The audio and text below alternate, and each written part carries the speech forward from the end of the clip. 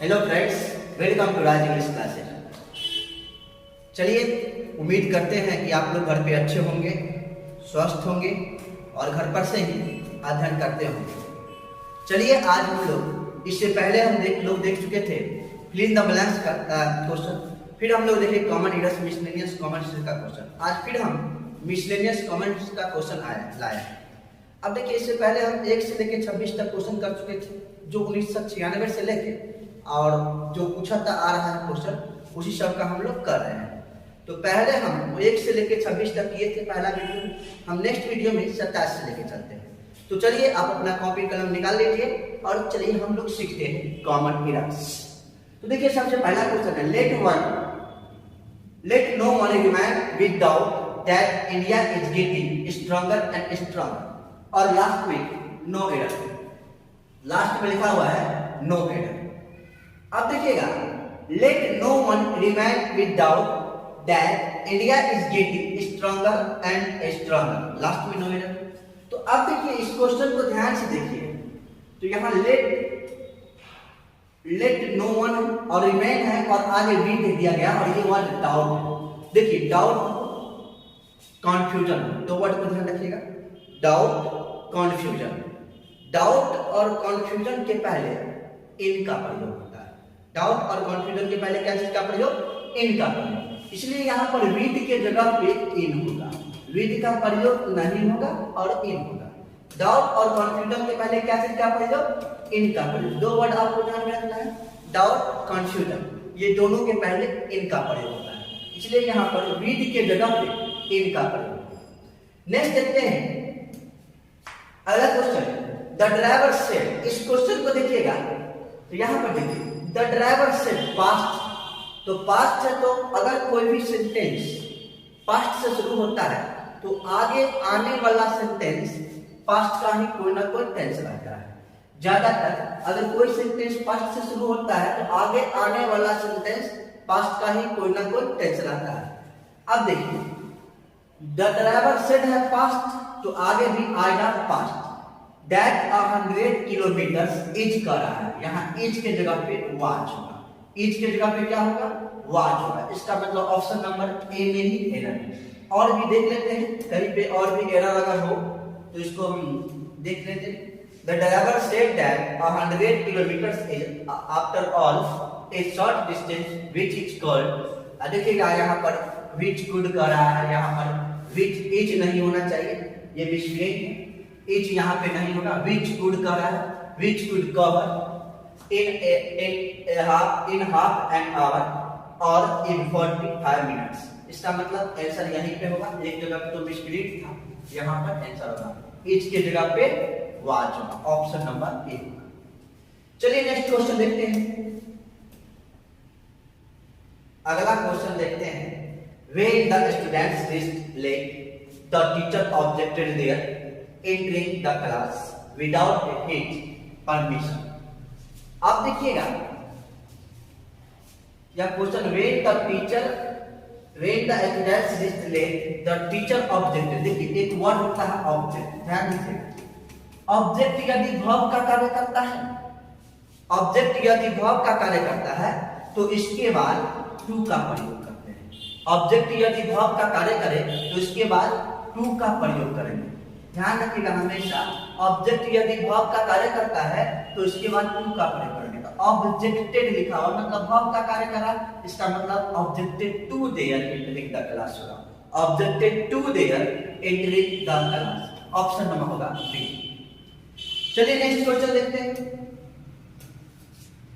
He is, देखिएगा इसमें थोड़ा मिसप्लेन है, ही इज होना चाहिए, ये नहीं होना चाहिए।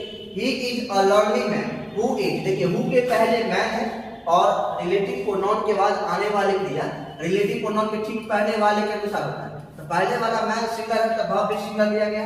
Is not taken seriously by him, by दिया, इसका मतलब सेंटेंस पैसिव में है, इसके बाद भी थ्री है, ये भी ठीक है। Seriously by him one people and if he can not keep himself aloof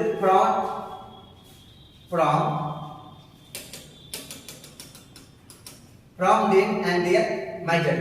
तो यहाँ पर आंसर देखिए प्रेजेंट में है और पूरा सेंटेंस भी प्रेजेंट में है। कोई भी एरर नहीं। आंसर हो जाएगा option number D, no error, option number D. Next देखिएगा, I have often stood in need of my dog's company, ठीक है, एंड आई हैव, एंड दिया गया है, देखिए इधर अगर प्रेजेंट परफेक्ट है तो इधर भी प्रेजेंट परफेक्ट है, कोई दिक्कत नहीं, एंड के दोनों तरफ समान टेंस होता है। Design from the mayor fact of his existence a great sense of inward security, इसमें भी कोई एरर नहीं, आंसर होगा नो एरर। नेक्स्ट क्वेश्चन देखते हैं, the old man continued living a hard life but never he asked, देखिएगा यहां पर नेवर इस वर्ड को देखिए, ये एडवर्ब का कार्य कर रहा है। क्या चीज का कार्य कर रहा है? एडवर्ब का कार्य कर रहा है। नेवर एडवर्ब का कार्य कर रहा है, और जब भी एडवर्ब मेन वर्ब की सेवा में आता है तो वह मेन वर्ब के पहले रहता है। तो यहां पर सेटिंग होना चाहिए नेवर आस्क्ड, इस तरह से होना चाहिए, he never asked, he never asked. Never का प्रयोग यहां पर एडवर्ब के रूप में हो रहा है, और जब भी मेन वर्ब की सेवा में यदि कोई एडवर्ब आता है तो वह मेन वर्ब के पहले रहता है, इसलिए यहां पर होगा he never asked, he never asked, option number B. चलिए नेक्स्ट क्वेश्चन देखते हैं,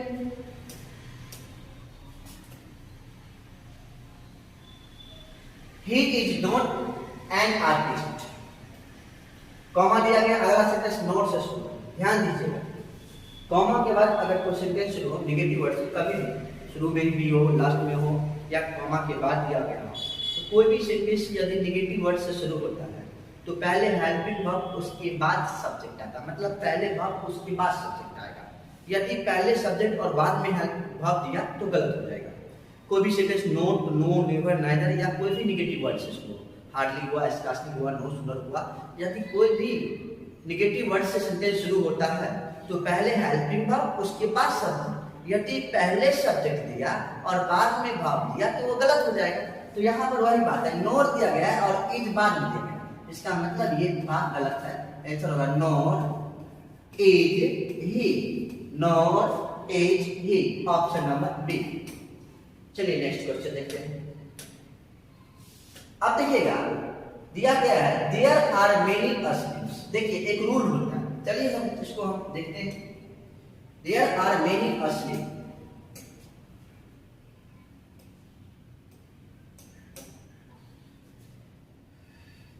इस वर्ड को देखिएगा,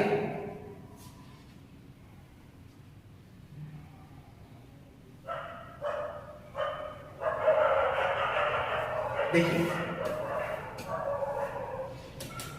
मेनी आई, तो मेनी के बाद प्लुरल काउंटेबल और प्लुरल, ए मेनी आए, ए मेनी के बाद भी प्लुरल काउंटेबल नाउन और प्लुरल, लेकिन मेनी के तुरंत बाद ए आए या फिर एड, तो इसके बाद आने वाला नाउन सिंगल होगा और वर्ब भी सिंगल। पीसीआई मतलब प्लुरल काउंटेबल नाउन, पीवी मतलब प्लुरल, और एससीएल मतलब सिंगल काउंटेबल नाउन, एसपी मतलब सिंगल। मेनी आएगा तो मेनी के तुरंत बाद यदि नाउन आता है तो वो नाउन भी प्लुरल, वर्ब भी प्लुरल होना चाहिए।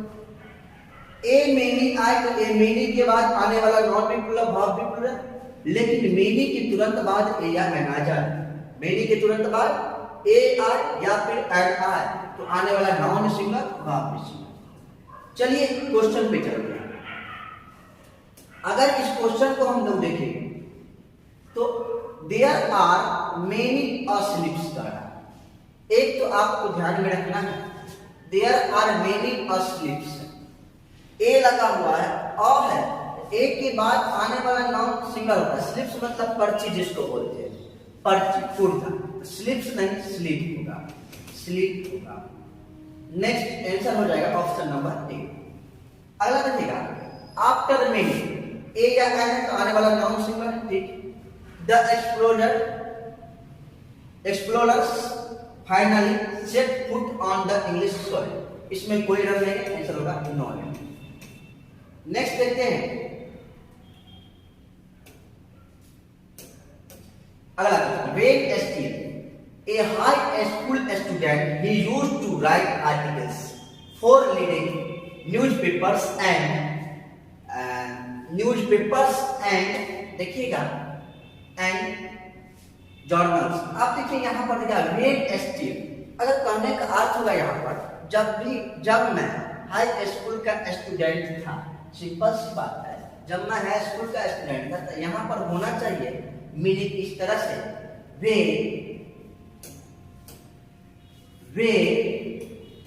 he was a high school student, मतलब when still के जगह पर when he was होगा, when he was a high school student, when he was a high school student, जब वो हाई स्कूल स्टूडेंट था तो वह आर्टिकल लिखा करता था। ऑप्शन नंबर होगा ए।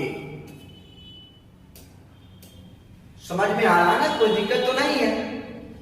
अगर कोई दिक्कत हो तो कमेंट में जरूर बताइएगा, हम आपको वो प्रॉब्लम को सॉल्व करने का कोशिश करें। चलिए नेक्स्ट क्वेश्चन देखते हैं। अगला question, I am sorry to have disturbed you, I am sorry to have disturbed you, I hope you will not mind me coming to you. अब देखिए एक वर्ड यहाँ पर देखिएगा, आगे है एट दिस और आवर। आप देखिए यहाँ इस वर्ड को ध्यान दें, मी कमिंग बिफोर एक रूल होता है, possessive case plus before, possessive case plus before, मतलब पोसेसिव केस के बाद बिफोर आए, इसका मतलब है कि बिफोर के पहले कौन केस तो possessive case, possessive case plus before, इसका मतलब बिफोर के पहले कौन केस पोसेसिव केस। तो कमिंग बिफोर है तो मी कमिंग नहीं होना चाहिए, यहां पर माय कमिंग। ऑप्शन नंबर होगा बी। चलिए नेक्स्ट क्वेश्चन देखते हैं।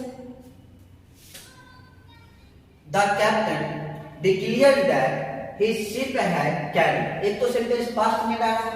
अगला देखिएगा, no less than 300 passengers, 300 passengers,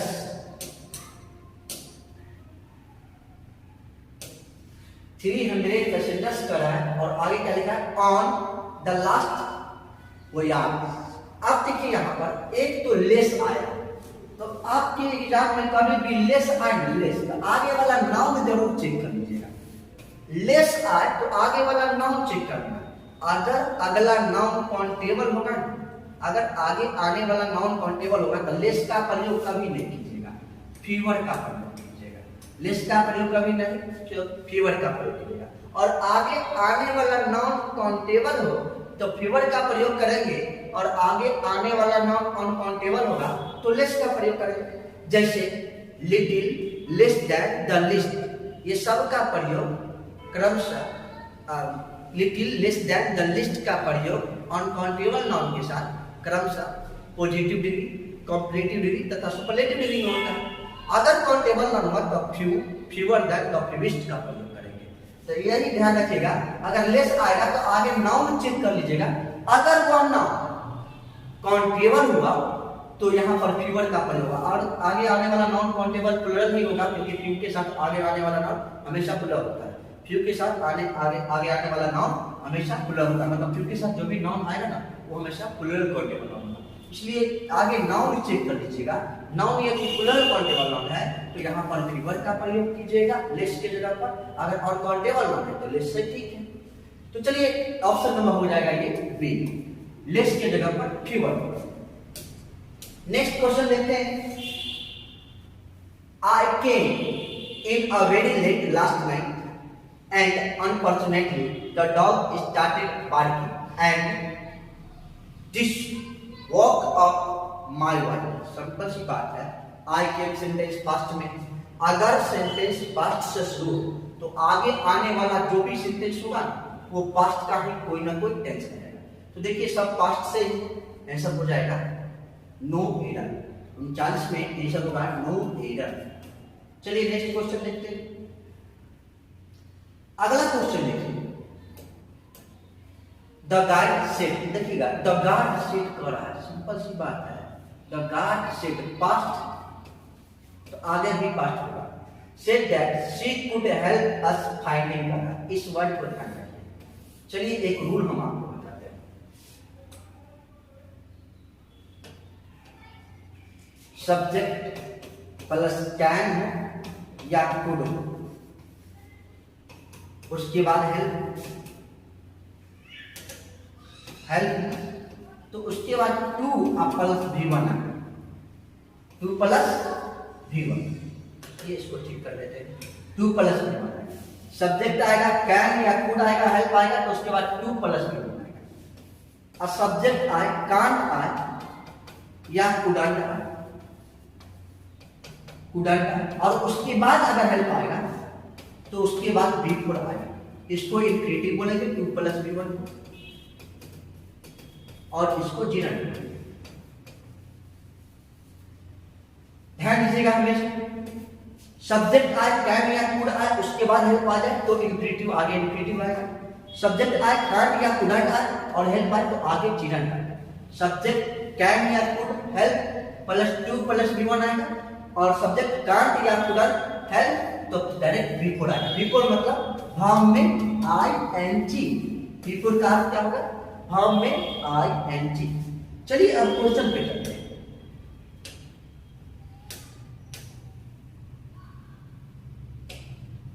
question क्या है? The guy said that she couldn't help करा, she couldn't नहीं, she could help करा, तो to finding के जगह to find होगा, to finding के जगह to finding out होगा। Next, John's parents knew that he was, sentence past में, he was addicted, देखिए addicted के साथ हमेशा to लगता है। वैसे ये सेंटेंस कुछ मिसप्रिंट है, ये क्वेश्चन में कुछ मिसप्रिंट है, क्योंकि टू आएगा तो आगे V1 आएगा, V1 नहीं है, इसका मतलब कुछ न कुछ इसमें गलत टाइपिंग किया गया होगा। फिर भी आप चेक कर लीजिएगा, एडिक्टेड टू होता है, एडिक्टेड के साथ टू होता है, एडिक्टेड टू बुरी आदत का शिकार होना, एडिक्टेड टू बुरी आदत का शिकार होना, ध्यान रखिएगा, एडिक्टेड टू बुरी आदत का शिकार होना, एडिक्टेड के साथ हमेशा टू का प्रयोग होता है। चलिए नेक्स्ट क्वेश्चन देखते हैं। Had I realized, चलिए एक स्ट्रक्चर हम आपको बताते हैं। देखिए, if plus subject plus had plus V3 plus object plus subject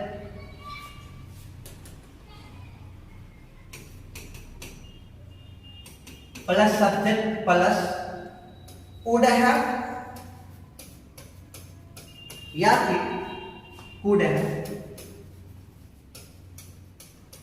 plus V3 plus object. अगर इसी को एक और तरीका से लिखा जा सकता है, plus subject plus V3 plus object, माने प्लस सब्जेक्ट प्लस कुड है या कुड है, कुड है या कुड है, अब प्लस V3 प्लस ऑब्जेक्ट। ये दोनों स्ट्रक्चर ध्यान रखिएगा, बहुत बार क्वेश्चन पूछ चुका है, लगभग में 100-200 बार से अधिक क्वेश्चन पूछ चुका है। आप ध्यान रखिएगा, इफ हो, सब्जेक्ट हो, हैड हो या V3, उसके बाद V3 हो, तो आगे वाला सेंटेंस जो आएगा, जो कुड हैव या कुड हैव प्लस V3 अवश्य रहेगा। या फिर इसको इस तरीका से लिखेगा, had plus subject plus V3 हो तो दोनों में फुल स्टॉप रहेगा, तो had plus subject plus V3 हो तो आगे सब्जेक्ट के साथ कुड हैव या कुड हैव प्लस V3 अवश्य है। अब देखिएगा इस क्वेश्चन में हैड से सेंटेंस स्टार्ट है, आगे फुल स्टॉप, देखिए यहां पे फुल स्टॉप, इसका मतलब conditional sentence. The had I realised how deeply you were committing to completing this work by today. और आगे देखिएगा आई दिया गया है, आई वुड नॉट इंटरप्ट करा है, आगे अगर if had plus subject plus V3 है तो यहाँ वुड हैव होगा, तो वुड नॉट हैव होगा, और अगर हैव आ जाएगा इंटरप्ट नहीं, इंटरप्टेड हो जाएगा। तो यहाँ पर I would not have interrupted you, I would not have interrupted you so often. Option number होगा सी। चलिए नेक्स्ट क्वेश्चन देखते हैं। द मैनेजर इंसिस्टेड ऑन, देखिएगा इस वर्ड को ध्यान दीजिए, इंसिस्ट। वैसे आप इंसिस्ट मतलब होता है जोर डालना, दबाव। इंसिस्ट के साथ ऑन का प्रयोग होता है, इंसिस्ट के साथ हमेशा ऑन का प्रयोग होता है। एक बात आप ध्यान में रखिएगा, इंसिस्ट के साथ हमेशा क्या चीज का प्रयोग, ऑन का प्रयोग होता है। इंसिस्ट के साथ ऑन का प्रयोग होता है, ये बात माने, कोई दिक्कत नहीं। लेकिन आगे डैट लिखा हुआ है, इसका मतलब है यह सेंटेंस इनडायरेक्ट में। और जब सेंटेंस इनडायरेक्ट में हो, जब सेंटेंस इनडायरेक्ट में हो तो इंसिस्ट के साथ कोई प्रीपोजिशन का प्रयोग नहीं होगा। जब सेंटेंस इनडायरेक्ट में हो तो इंसिस्ट के साथ कोई प्रीपोजिशन का प्रयोग नहीं होगा, इसलिए ऑन का प्रयोग नहीं। एक बार और देखिए, इंसिस्ट के साथ ऑन का प्रयोग होगा, कोई दिक्कत नहीं। लेकिन जब सेंटेंस इनडायरेक्ट में हो तो इंसिस्ट के बाद कोई प्रीपोजिशन का प्रयोग नहीं होता है, इसलिए यहाँ पे ऑन का प्रयोग नहीं होगा। ऑप्शन नंबर होगा ए। चलिए नेक्स्ट क्वेश्चन देखते हैं। The actions of some statesmen are like those great rivers whose course everyone beholds but कर रहा है। देखिए but अगर कंजंक्शन है तो दोनों समान वाले को जोड़ेंगे। यहाँ पे whose course है तो यहाँ पर whose एस्ट्रिक्स होगा, इसका मतलब देयर के जगह whose होगा, देयर के जगह whose होगा। Option number C. चलिए नेक्स्ट क्वेश्चन देखते। The principal asked student, sentence क्या चीज में है, पास्ट में, कोई दिक्कत नहीं। वेयर वाज ही कर द प्रीवियस डे और लास्ट में फुल स्टॉप। एक और टेक्निक ध्यान में रखिए, एकदम खतरनाक टेक्निक है, खतरनाक टेक्निक, कहीं पर नहीं मिलेगा ऐसा टेक्निक, ध्यान दीजिएगा। ठीक, WH वर्ड तो आप लोग पहचानने चाहते होंगे। WH वर्ड अगर आएगा तो एक बार सेंटेंस के लास्ट में देख लेना, सेंटेंस के लास्ट में देखना, सेंटेंस के लास्ट में देखना है।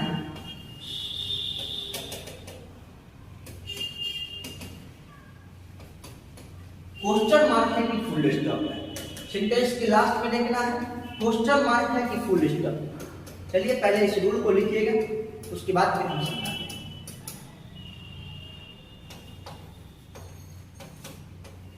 देखिए WH वर्ड है तो सेंटेंस के लास्ट में लिखना है, क्वेश्चन मार्क है कि फुल स्टॉप है। यदि क्वेश्चन मार्क हुआ, सेंटेंस के लास्ट में क्वेश्चन मार्क हुआ तो WH वर्ड के तुरंत बाद वर्ब चाहिए, हेल्पिंग वर्ब, उसके बाद सब्जेक्ट। यदि क्वेश्चन मार्क हुआ तो WH वर्ड के तुरंत बाद हेल्पिंग वर्ब, उसके बाद सब्जेक्ट। लेकिन यदि फुल स्टॉप हुआ तो WH वर्ड के तुरंत बाद सब्जेक्ट, उसके बाद वर्ब चाहिए, हेल्पिंग वर्ब भी हो सकता है, मेन वर्ब भी हो सकता है, इसमें कोई दिक्कत नहीं। WH वर्ड आएगा तो सेंटेंस के लास्ट में एक बात देख लीजिए, क्वेश्चन मार्क है कि फुल स्टॉप है। यदि क्वेश्चन मार्क हुआ तो WH वर्ड के तुरंत बाद हेल्पिंग वर्ब आएगा, उसके बाद सब्जेक्ट आएगा, और फुल स्टॉप हुआ तो WH वर्ड के तुरंत बाद सब्जेक्ट, उसके बाद वर्ब आएगा।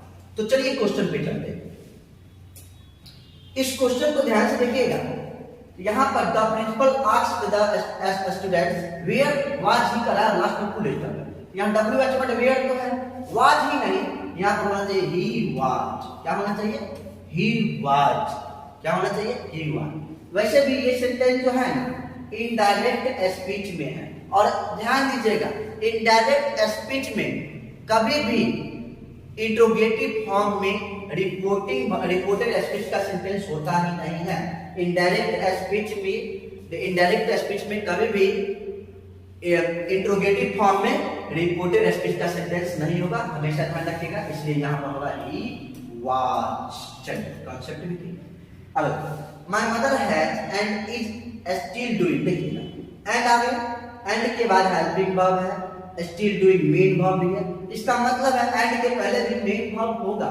यहाँ my brother has done, my brother has done and is still doing, my brother has done and is still doing। Option number होगा ए, ऑप्शन नंबर ए, यहाँ पर done। Next, he ultimately decided to, देखिए to है इसका मतलब आगे V1 आएगा। और देखिए 2 प्लस V1 मतलब इंफिनिटिव होता है, और इंफिनिटिव का 2 उस शब्द के पहले होता है, मतलब मेन वर्ब के पहले, मतलब 2 प्लस V1 होना चाहिए। 2 के बाद क्या होना चाहिए? V1। तो यहाँ एक्सेप्ट जो दिया गया, इस एक्सेप्ट को उठा के यहाँ पर रख दीजिएगा, एक्सेप्ट।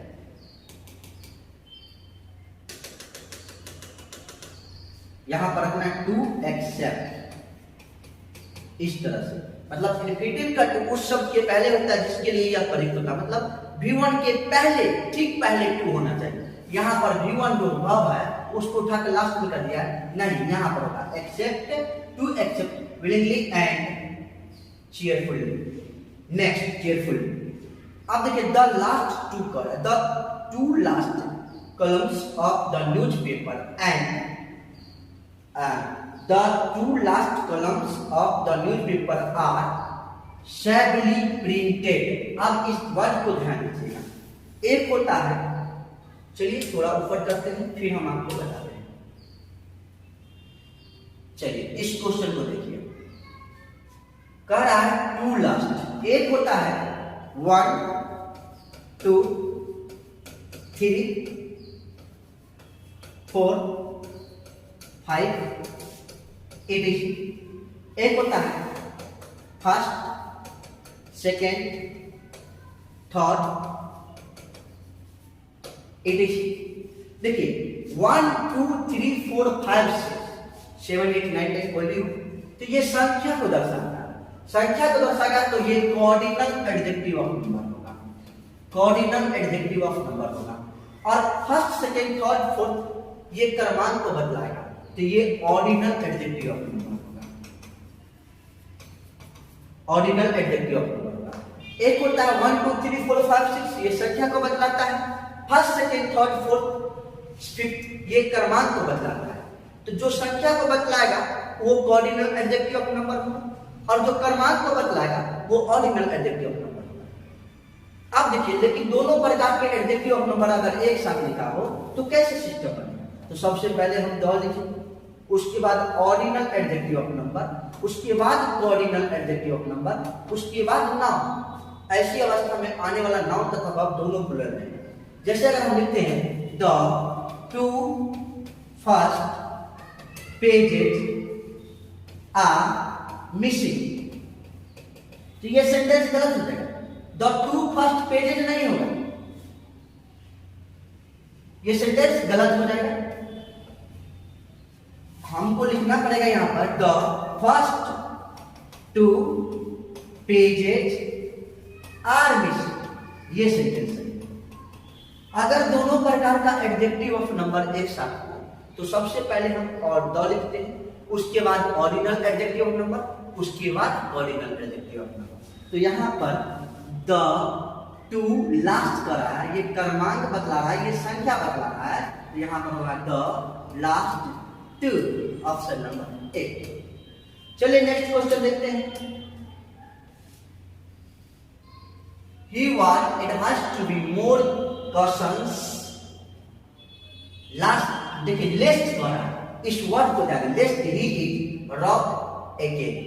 आप हमेशा ध्यान दीजिएगा कि लेस्ट एक वर्ड है, और लेस्ट के साथ हमेशा शुद्ध का प्रयोग होता है। लेस्ट के साथ हमेशा क्या चीज का प्रयोग होगा? शुद्ध का प्रयोग होगा। लेस्ट के साथ हमेशा शुद्ध का प्रयोग होगा। चूंकि यहाँ पर V3 दिया गया है तो लेस्ट ही शुड बी बोल जाना चाहिए। क्या होगा? Should be. लेस्ट के साथ हमेशा शुड का प्रयोग, ऑप्शन नंबर होगा सी।